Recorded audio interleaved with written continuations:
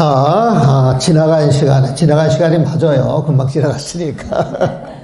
지나간 시간에 우리 3세 6추를 설명을 드렸죠. 아시겠어요? 3세 6추? 여러분들 굉장합니다. 그 기술론에서 되게 어려운 부분이야. 되게 어려운 부분이야. 그 부분 자체가. 그래서 공부를 혼자 하는 사람들은 그 부분이 되게 어려워. 그래서 기술론, 3세 6추 이야기를 많이 하는데, 간략하게 정리를 하게 되면은 3세는 미세 번뇌, 6추는 거친 번뇌, 그리고 3세 6추는 중생의 마음을 가지고 하는 이야기에 보면, 그래서 이 중생의 마음 맨 꼭대기에 무명이 있어. 그 무명을 탁 깨면은 부처님 마음이에요, 보면. 그래서 내가 중생고를 이야기할 때는 12연기법을 가지고 이야기를 하기도 하고, 3세 6추를 가지고 이야기를 하기도 하고, 또 상황에 따라 수준에 따라서 2장, 4장을 가지고 이야기를 하기도 하고, 소지장, 번뇌장을 가지고 하기도 하고, 생주 이멸로 이야기를 하기도 하고.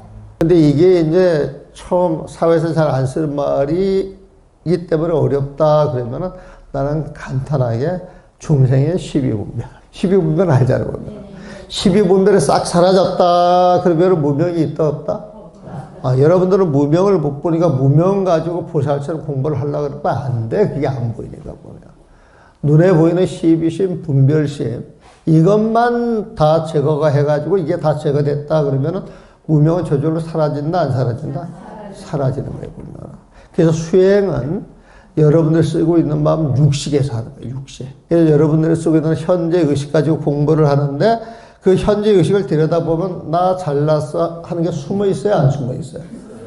요 놈은 이제 찾아낼 수가 있단 말이야, 보면. 그래서 12분별이 사라지면 그 7식이 사라지고, 7식이 사라지면 8식이 사라지고, 8식이 사라지면 무명이 사라지는 것이다. 이 마음이 이미 만들어져. 중생의 마음이 만들어져. 업이 성립하면 3세 6추가 다투어 일어나. 12분별심이 다투어 일어나 신령스러운 밝음을 덮어버리게 된다. 신령스러운 밝음이 뭐예요? 부처님 마음을 덮어버린다. 그러므로 명이 무명이 되고 부처님 마음을 덮어버렸으니까 그 밝았던 마음이 깜깜한 세계가 되고 맑은 마음이 번뇌 투성이가 되는 것이다.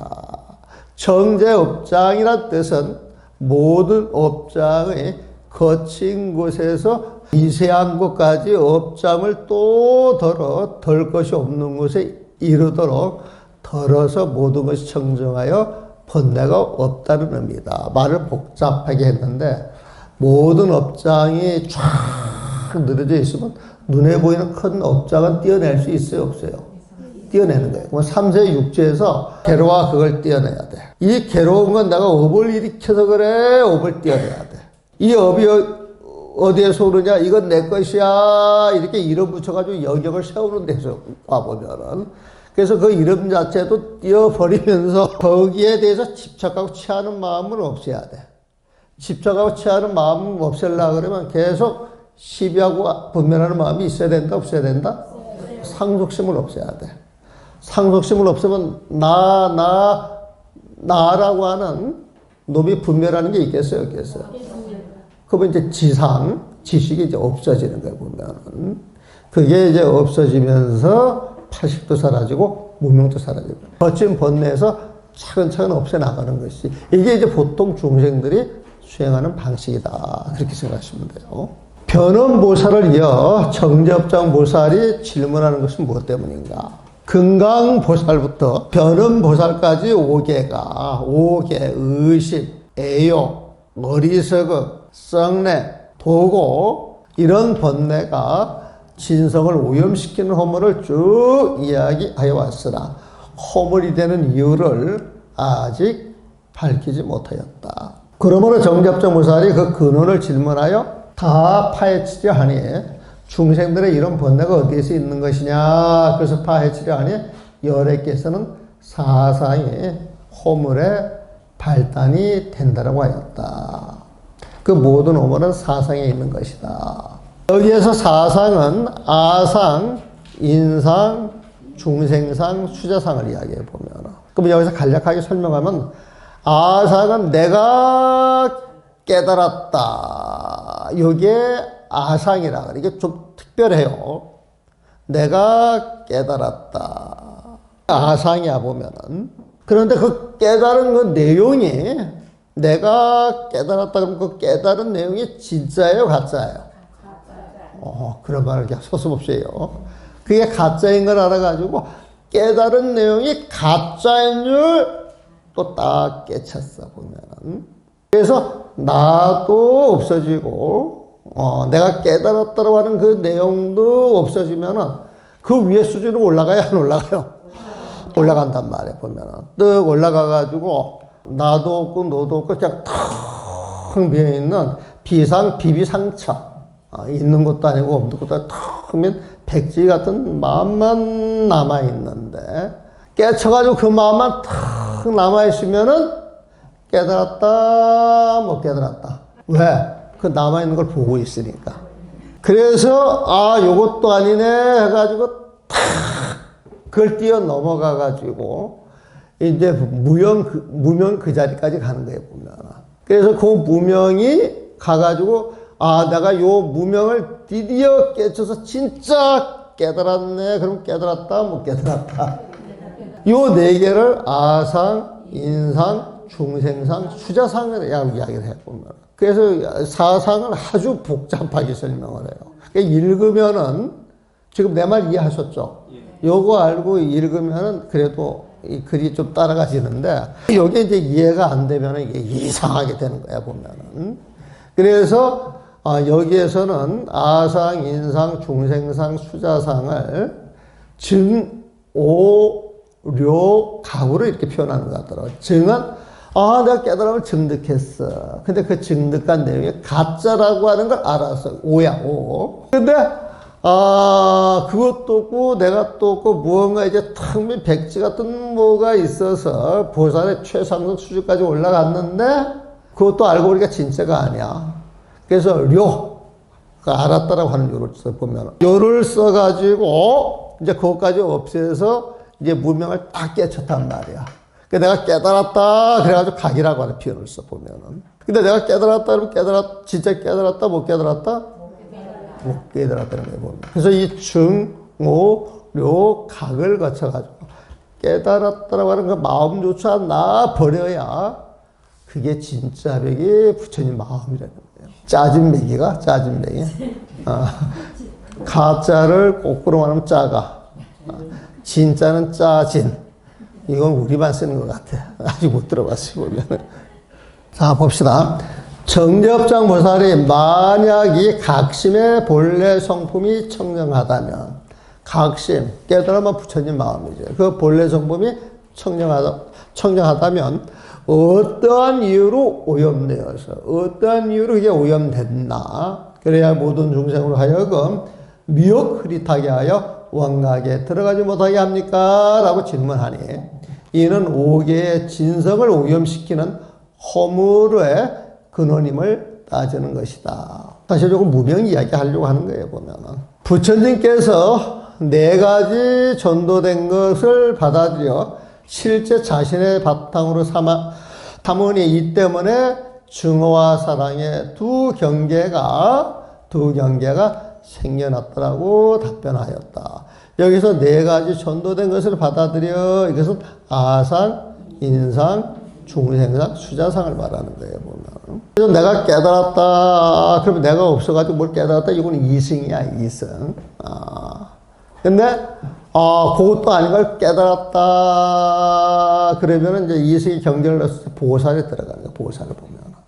근데 보살로 사실은 10제 들어가서 이게 깨달으면 하지만은 진짜 백이 아니라 그랬잖아 보면. 그걸 깨달으면 요거 이게 이제 진짜 백이가 아닌가 해가지고 알았다라고 하는 걸 요라고 하는데 그것도 아니기 때문에 뛰어넘어서 무명에 가가지고 무명을 또 깨친단 말이에요 보면은. 각으로 이제 들어가는 거죠 보면은. 근데 거기에 들어가서 깨달았다 그러면 진짜 깨달음이 아니거든. 무슨 말인지 이해하시죠? 요 4가지 것이 있기 때문에 요 4가지 것이 있다. 이것은 내가 어떤 대상 분류가 돼가지고 행동하고 있기 때문에 주객이 분리가 돼가지고 시비가 붙는 것을 계속 갈등을 일으키는. 그러니까 12분별이 계속 이어지는 거야, 보면. 그 12분별이 이어지면 계속 업은 쌓아져 간다는 거예요, 보면은. 자, 증오와 사랑은 5개 가운데에서 탐욕과 썩냄이다. 탐욕, 썩냄 나왔죠? 미덕자재보살, 자시보살, 미륵보살. 탐욕과 썩냄을 예로 들면 혼침과 도구와 의심이 그 가운데 다 들어가 있으니. 어리석기 때문에 혼침이야. 또 그 반대는 도구, 의심이 다 들어가 있으니. 마치 사상 가운데 단지 아상만을 들어 그 나머지의 내용을 열고 하는 것과 같다. 그러니까 이제 5개를 5독으로 이렇게 바꿔서 부처님의 공덕을 드러내게 했는데, 그렇구나, 내가 깨달았어. 그렇구나, 내가 깨달아서 이 아상만 가지고 이야기를 했다고 소리야, 보면. 그래서 마치 사상 가운데 단지 아상만을 들어 그 나머지 내용을 열거하는 것과 같다. 이 5개가 진성을 오염시키는 허물이나. 5개는 번뇌, 진성은 참성법, 부처님 마음에 보면 이 5가지 번뇌가 참다운 성법, 부처님 성법을 오염시키는 허물이나 본래 사상으로 말미암아서 이에 이르게 되었음을 밝히는 것이다. 본래 내용을 알고 보면은 사상의 그 근본바닥에 딱 숨어 있다는 거예요, 보면. 이미 5개를 놓아버리고, 5개를 해결했잖아요. 변음보살장까지. 또한 사상을 제거하면, 5개를 일으키는 그 근본, 번뇌, 사상을 제거하면 3세 6제 번뇌가 다 없어지고, 3세 6제 번뇌가 다 없어지고, 남김없이 청정해서 각이 저절로 나타나니. 정접정보살이 변장을 이어서 질문하는 이유가 이 때문이다. 복잡하게 이야기해요. 말을 다 맞는 말 복잡해. 계속으로 다음과 같이 말하겠다. 처음에는 불각으로 참을 멀리해. 처음에는 불각으로 참을 멀리해. 이 불각이 뭐예요? 이게 무명이지. 처음에는 불각으로 깨닫지 못해서 잘못을 저질러서 불각으로 참을 멀리. 이제 불각으로, 무명 불각으로 인하여서 참선포가 이제 멀어지는 거예요, 보면. 그래서 무명행식, 명색, 유기, 촉세, 지유, 생로사, 중생계로 가는 거예요, 보면. 아상과 인상으로 고통을 받네. 내가 깨달았어. 그런데 진짜 깨달음이에요, 아니에요? 그래서 내가 깨달았나는 그 깨달음조차도 이게 잘못된 걸 내가 깨달았네. 그래도 진짜 깨달음이에요, 아니에요? 그래서 아상, 인상 이렇게 따져가면 중생상, 수자상까지 다 이야기하는 거야. 아상, 인상, 사상으로 고통을 받네. 모든 번뇌 발달이 이렇게 숨어 있다는 거예요, 보면. 사상이 없어져서 참 드러나니. 그래서 사상 바로 나오죠? 사상이 없어져서 참 드러나니. 텅 빈 하늘, 맑은 바다. 일체의 모습. 텅 빈 하늘, 맑은 바다가 쫙 벌어져 있으면 그 안을 들여다보면은 삼라만상이 쫙 펼쳐진다는 걸 보면. 한번 봐볼까요? 송왈, 계속으로 말하기를 처음 인 불각으로, 불각으로 인하여서, 무명 불각으로 인하여서 배진상이라. 진상, 참으로 영원한 부처님 마음을 배반하고 또 배반해서 살아가는 것이 중생이더라, 이거야, 보면.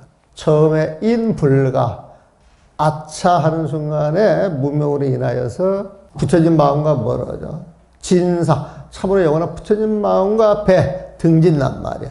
등지고 멀어져서, 등지고 멀어지는 그 내용을 딱 보니까, 인기, 아이냐. 그 마음속에 아상, 인상, 중생상, 수자상 다 잘라서 그 마음을 탁 지녀가지고 기단장이요. 그걸 품어가지고 잘 살면 되는데 애간장만 끌고 산다는 거야, 중생이 보면.